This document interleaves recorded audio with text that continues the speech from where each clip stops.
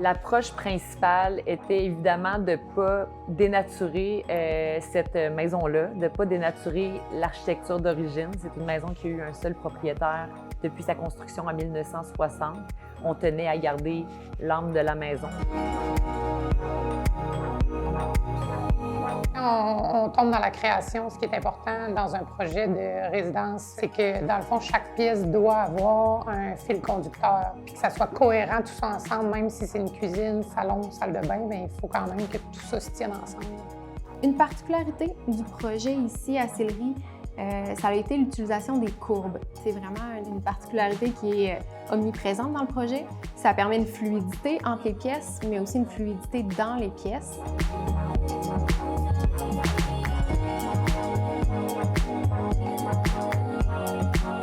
Sans vouloir essayer de recopier un style d'époque, donc des années 60-70, on avait quand même en tête de garder l'essence de la maison, d'avoir une inspiration vraiment d'époque mid-century, mais vraiment de la moderniser.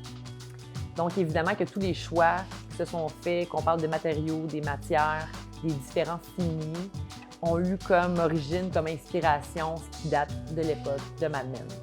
On est allé vers un style mid-century, puis pour ça, l'utilisation des matériaux, c'était crucial dans le respect du style. Donc, on a utilisé le bois. On est allé vers un chêne ricotte. De par sa teinte qui est pâle à la base, ça permet une foule de combinaisons possibles de couleurs, c'est-à-dire la teinte qu'on vient mettre sur mesure, sur le bois. Fait qu'on est allé vers une couleur foncée. Ça permet vraiment de respecter le style. Le Decton a permis d'insérer des ronds de chaleur, des ronds de cuisson. Donc, le Decton qui supporte la chaleur, ça a permis de rendre ça possible.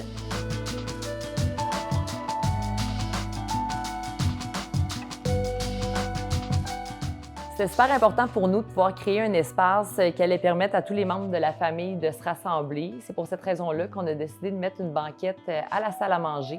Ça nous permet vraiment d'être près les uns des autres, chose qu'on peut peut-être moins faire quand on a des chaises de type plus traditionnel autour d'une table. On n'avait pas comme idée de décloisonner nécessairement les pièces d'origine. Évidemment qu'on a fait une certaine transformation là, au niveau de la cuisine salle à manger qui était scindée en deux. On l'a ouvert parce que à l'époque, les îlots n'étaient pas très populaires, mais pour nous, c'était vraiment primordial d'avoir le plus gros îlot possible, qui devient en même temps la zone de travail, l'endroit où est-ce qu'on déjeune le matin, l'endroit où est-ce que se font les devoirs le soir avec les enfants.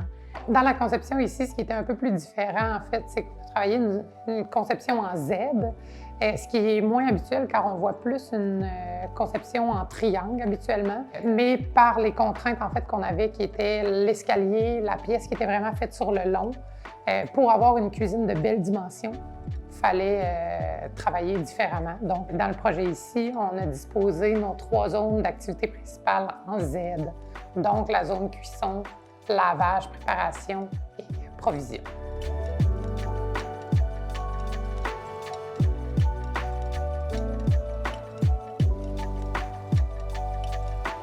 Dans une optique de rénovation majeure, où est-ce qu'on veut garder l'esprit de la maison d'origine, il y a plein de facteurs à prendre en compte. Donc ça, la designer cuisiniste, qui est une spécialiste là-dedans, va venir voir autant au niveau de la disposition des cabinets, de la quincaillerie, du matériau qu'on choisit, la couleur. Il y a tellement de facteurs à prendre en considération. C'est surtout la combinaison de tous ces facteurs-là qui vont faire en sorte qu'on va répondre aux besoins du client de conserver le look de la maison tout en mettant des détails qui vont la faire venir au goût du jour. La fluidité était vraiment le mot d'ordre de tout notre concept. On peut voir qu'au travers chaque pièce, il y a des rondeurs, il y a du mobilier évidemment qui est arrondi. On a des formes organiques un petit peu partout au travers la maison. C'est ce qui a guidé en fait la conception globale.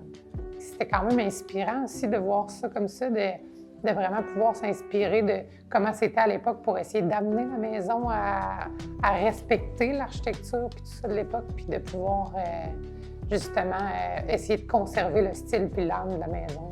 Ça a été une belle combinaison entre l'apport des idées d'un designer externe puis mêlé à l'expertise des designers cuisinistes. Donc, ce qui fait en sorte que c'est une collaboration qui est gagnante pour le client, puis un peu pour tout le monde en fait, qui permet d'avoir des résultats aussi intéressants que celui-ci.